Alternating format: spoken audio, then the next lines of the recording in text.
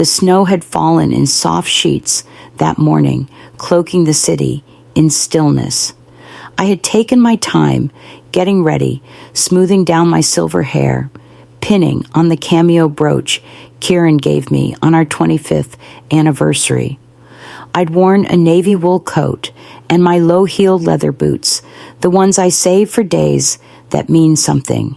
My hands ached from kneading dough the night before, but I had insisted on making the sweet onion galette Aldrich loved as a boy.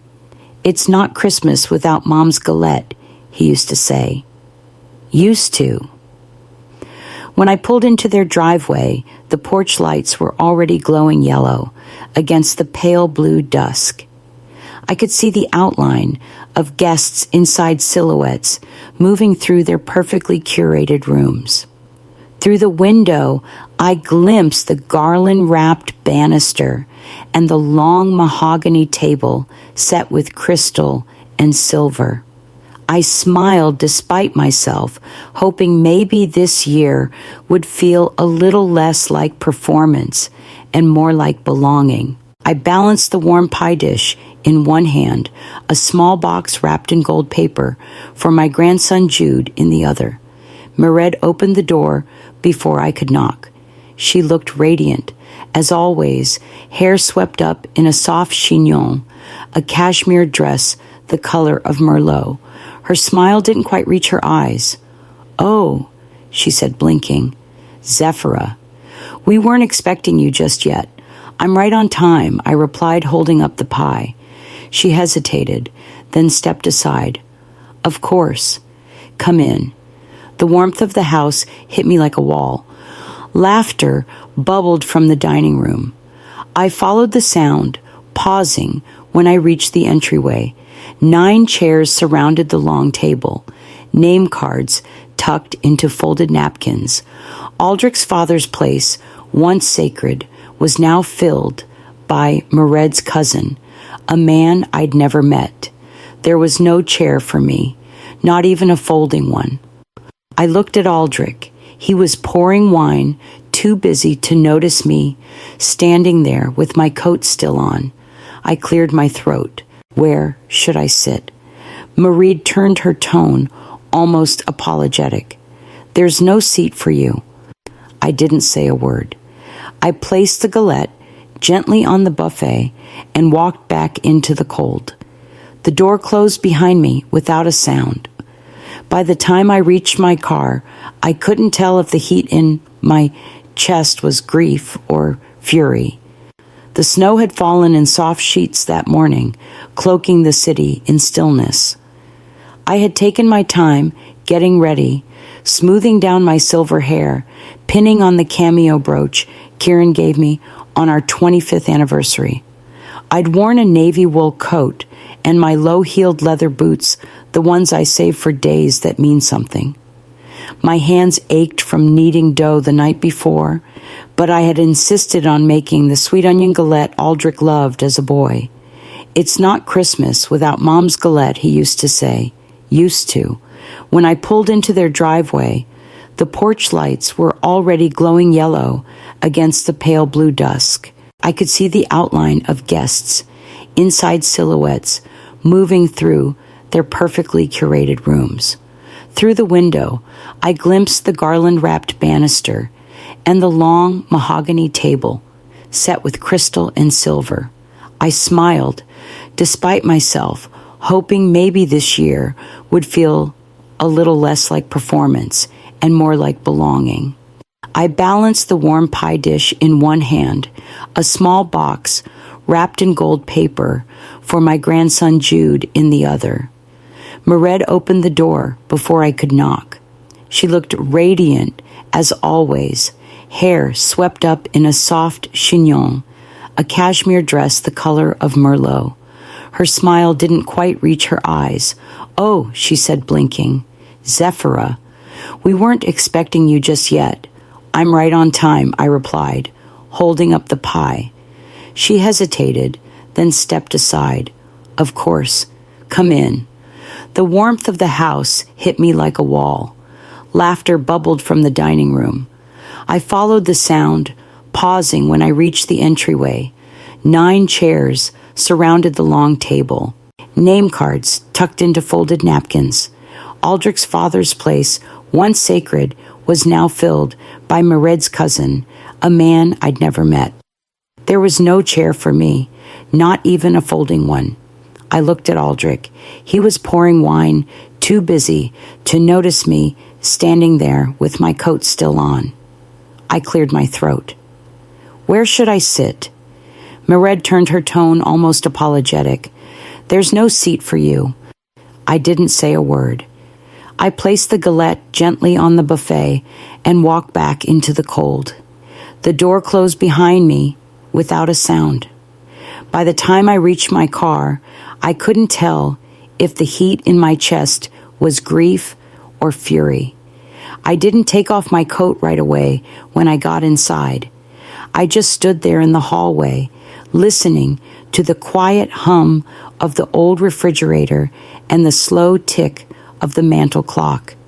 The house smelled faintly of cinnamon and something else, emptiness maybe. I placed Jude's unopened gift gently on the entryway table and carried the galette into the kitchen. I couldn't bring myself to eat it.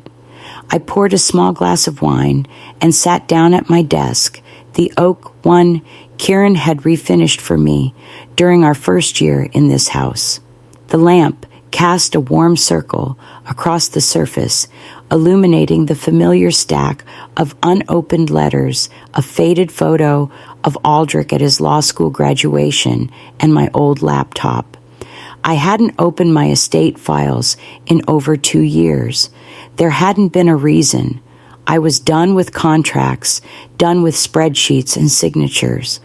But something tugged at me now, a number I saw on the corner of a Christmas card weeks ago, scribbled in Mered's handwriting, the last 4 digits of a mortgage account. One I remembered helping them set up. I logged in. My password still worked. The portal opened slowly, like something stretching awake. I found the account. Yes, there it was, the same mortgage I had co-signed all those years ago. I clicked into the transaction history. Payments looked normal at first. Then I noticed the transfers, not from their primary checking, from a linked estate management trust. My trust. My heart beat slower, heavier. That account should have been dormant. I clicked deeper, hands cold now. 4 withdrawals in the last 6 months, each subtle, spaced out but unmistakable. One labeled roof repair, another legal retainer, amounts that wouldn't raise a flag if you weren't looking. They didn't know I still had full access, digital power of attorney that had never been revoked. I was the ghost in their machine, the name they thought had been left behind, but still sat quietly in the background. I stared at the screen. My name was still on the account, and now it was burning under my fingertips. The file sat where I'd left it, blue leatherette embossed with gold. Wren Family Estate Plan. I pulled it from the cabinet and placed it on the desk beside my cooling glass of wine. My fingers hesitated over the zipper before tugging it open. After Kieran died, I rewrote everything. The life insurance policy, the deed, the trust accounts. All of it reshaped to ensure Aldrich would be protected. He was still so young, and I had no one else. I had even named him sole beneficiary to the lake house, our quiet refuge during the hardest summers. I wanted him to have a piece of his father forever. It never occurred to me that he might forget who gave it to him. Flavia came by the next morning. I hadn't told her what happened, not yet, but she took one look at my face and didn't press. We sat at the kitchen table, steaming mugs between us. I told her everything: Christmas, the table, the accounts. She listened without interrupting. Then calmly she said, "They only call you when they need something notarized, Zeph."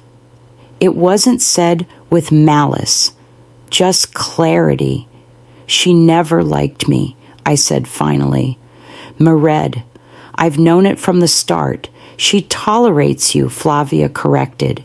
She calls you intense, says you're too proper, too involved. She once told Aldrich I meddle. I murmured. Flavia raised an eyebrow. What they're doing isn't accidental. It's measured. They want your resources without your presence. They want you invisible but available. It's financial grooming with a thank you card attached. I thought back to the dinners I'd been invited to, only when documents needed, signing the birthdays, missed the sudden change in tone when I started asking questions. It all lined up. I looked again at the will. Aldrich's name printed clearly across the page, circled in ink from 5 years ago. The lake house, the residual assets, the annuity still untouched. It was all there just as I'd written it. But the story had changed, and I knew how to write a new one. I rose early the next morning, before the light had even broken through the curtains. The house was still quiet in that way. It always was the day after disappointment. I dressed deliberately, slacks a turtleneck, the gray wool cardigan Kieran had loved. Not for anyone else's sake, just for mine. At the desk, I opened the laptop and signed into the fiduciary dashboard that still listed me as trustee over the Wren Development Trust. I had established it during Aldrich's second year in practice when he said he wanted to expand his firm. We'll build something with integrity, he had told me, hands shaking slightly as he accepted the check. Something you'll be proud of. I had believed him. The trust was still in my name. All I needed to do was click. And I did. The system flagged it immediately. Temporary administrative freeze initiated. Pending internal review. That would give me 72 hours to notify the board if I had concerns. I had more than concerns. I had statements. Withdrawals for things that had nothing to do with business, high-end interior design firms, boutique travel agencies, a wire transfer labeled simply consultation. I picked up the phone and dialed a number I hadn't used in years. Nadia Klein came the voice on the other end, crisp, direct, just as I remembered. Nadia, it's Zephira Wren. A pause, then warmth. Zeph, my God, how long has it been? Too long, I said. Listen, I have something you need to see. Quietly, it concerns my son, his filings, and a trust I created for him. She didn't hesitate. Email it to me. Everything. I sent over the ledger files and login logs, then closed the laptop. My hands were steady. This wasn't vengeance. It was protection. I wasn't setting fire to his future. I was putting out the slow-burning one he didn't think I could see. They assumed I'd go quietly disappear into cardigans and crossword puzzles. But I hadn't forgotten who I was before I was Aldrich's mother. And I certainly hadn't forgotten how to read a ledger. The box was wedged behind an old trunk in the attic, covered in a fine coat of dust and the scent of cedar. I hadn't opened it in years. Kieran's handwriting was still visible across the lid block letters in black marker, winter 2002. I carried it downstairs like it might crack in my arms. Inside were layers of soft plaid, brittle newspaper wrappings, and a small bundle of envelopes tied with twine. My breath caught when I saw them, his letters. The ones he used to write me when he traveled for depositions or when I was too stubborn to sleep after a fight. I'd read them all before, but tonight they felt different. One envelope was thinner than the rest. The date was just 2 weeks before his heart gave out. Zeph, if Aldrich ever forgets who you are, remind him you were once the storm and the shelter. I sat at the kitchen table with that sentence clutched in both hands and let myself cry for the first time in days, not over the Christmas table, not over the accounts, but for the woman I had almost let disappear, the woman who once juggled courtrooms' bedtime stories and her own grief with nothing but a black blazer and sheer willpower. The woman who had made Aldrich believe the world was safe because she had always made it so. I cried because I missed my husband. I missed the man who saw me, who held space for my fire and my softness, who warned me, even as his breath was leaving him, that I might one day have to remind our son who I truly was. And Kieran was right. It wasn't about the money anymore. It wasn't even about the trust or the will or the house. It was about voice. And I'd been quiet too long. I refolded the letter and placed it in the center of the dining table, my table, and lit the candle we always used on holidays. Then I walked to my office, opened a new legal document, and began to rewrite the future with my name printed in bold. I found the lake house file in the fireproof box beneath the linen closet. It had been there since I'd created the LLC Wren Stillwater Holdings back in 2011. Aldrich never knew. At the time, I told myself it was just a state organization, just clean paperwork. But in truth, a part of me had already begun to feel uneasy. Marie's smile had started to curve downward when I offered help. Aldrich had begun to respond to my questions like they were interruptions. The deed was still intact, legally sound. My name, my entity, my signature. No one else's. I took out a pen and began drafting the formal removal of Aldrich and Marie as successor trustees. Not out of spite, not even out of anger, but because they had shown me in countless quiet ways that I was no longer a person, to them only a provision. I opened my will next. I'd updated it after Kieran died, but hadn't touched it since. Aldrich's name was listed again and again, residual assets, life insurance, even the jewelry that once belonged to my grandmother. I removed each line with steady hands. In their place, I added a new name, the Haven House Shelter for Women.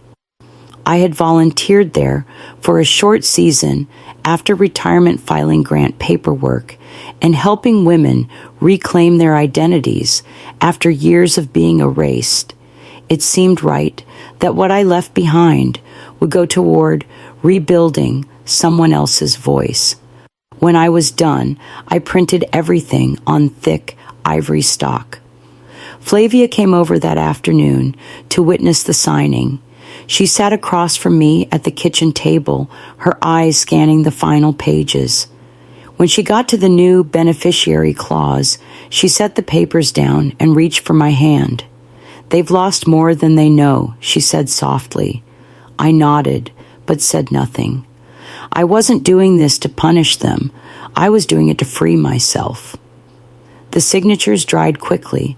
I filed the originals, made 3 certified copies, and slid the lake house deed into a separate envelope, marked final. That evening, I turned off the porch light and let the silence settle in. The phone rang just after 10. I saw Aldrich's name light up the screen, and for a moment, I did nothing. I simply watched it blink. The ringing stopped, then began again, more insistent this time. On the 3rd call, I answered. His voice was tight, controlled panic, wrapped in professional tones. "Mom, hey, I'm trying to figure out, did something happen? Our payroll didn't process. The firm's account is locked. The bank won't give me details." I listened without interrupting, letting his words hang in the space between us. He kept talking rapid fire now, listing systems that weren't syncing, client funds, held checks bouncing, then quieter. Did you do something?" I took a breath. "You uninvited me from Christmas dinner, Aldrich." There was a pause. "What?" You uninvited me, I repeated, voice even. So I've uninvited you from my estate. Wait, Mom, that's not what happened. There was a mix-up. Marie thought. No, I said. She didn't think anything. She spoke clearly, and you stood beside her. The silence on the other end stretched. Then he mumbled something I didn't catch before the line went dead. A few minutes later, my phone chimed again. A text. Mered, we see what this is. You're weaponizing your money to punish us. That's not love, Zephra. That's control. I stared at the message for a long moment, then typed back. Respect was the only currency I ever asked for. I silenced my phone after that. Let them panic. Let them sit in the same discomfort they were so quick to place at my feet, year after year, through ignored birthdays, awkward holidays, and every time they spoke about me in the third person while I was still in the room. I wasn't their financial backbone anymore. I wasn't their safety net. I was still a mother, still Zephra Wren. But now I was something else too. I was the storm they hadn't prepared for. I stood by the kitchen window and watched the wind lift the corners of the porch rug, the sky darkening with snow. The lake house was quieter than I remembered. The snow had blanketed the roof in stillness, and the only sound was the old radiator humming as it warmed the bones of the house. I arrived the morning of New Year's Eve with a single bag, a carton of eggs, and my cranberry sauce, the one dish I still made without apology. I unpacked slowly. There was no rush, no one waiting for me to fill a seat I was never offered. By late afternoon, I had lit the fireplace and warmed the galette I'd made 2 nights ago.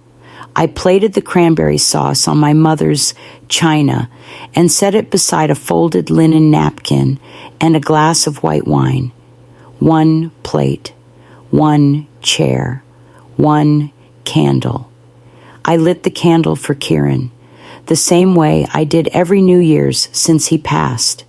I whispered his name, and the room felt less empty for a moment. After dinner, I sat in the den with my laptop and logged into a small online forum I discovered during a sleepless night. The second voice, Women in Law, Women in Life. A thread titled Late Blooming Power had dozens of comments from women over 60 former judges, tax attorneys, guardianship specialists who had been quietly dismissed by their own families. I didn't post not yet, but I read every word, and I saw myself in every paragraph. An hour later, I opened my email and found the confirmation I'd been accepted to speak at the Regional Estate Planning Conference in March. New Frontiers in Ethical Trust, structuring the session title read. It wasn't flashy, but it was mine. I smiled to myself, closed the laptop, and refilled my glass. Outside, the lake shimmered with moonlight against the snowbanks, untouched and patient. At midnight, I stepped onto the porch, wrapped in my husband's flannel coat, and whispered my resolutions to the wind. No more disappearing. No more guilt disguised as obligation. I would write. I would teach. I would reclaim my voice, not to shout, but simply to be heard. The candle on the table burned down to a steady ember. The morning after New Year's, the lake was a sheet of glass, wrapped in frost. I stepped outside with my boots crunching softly over the snow, each breath a ghost in the cold air. The sun was just beginning to rise low and pink against the pale horizon. I walked slowly along the frozen edge of the lake, the same path Kieran and I used to take in summer, hand in hand, when the world felt softer. My hands were tucked into my coat, warm around the folded letter I'd brought with me, his letter, the one with the line I couldn't shake. Remind him you were once the storm, in the shelter. I wasn't angry anymore. Not at Aldrich, not at Mareed, not even at myself for letting the small slights pile up over the years until I mistook them for normal. There was only a quiet knowing now, like a truth that no longer needed defending. I paused beneath the bare pine at the far end of the shoreline and whispered, not in grief, but with certainty, love isn't about who gets a seat. It's about who sees you sitting there. The wind picked up rustling the branches overhead. I imagined Kieran hearing me, nodding from somewhere beyond the silence. Then I turned back toward the house. The cranberry sauce was waiting warming in the oven. Just one plate, one chair, the place I made for myself. I stepped inside and closed the door behind me.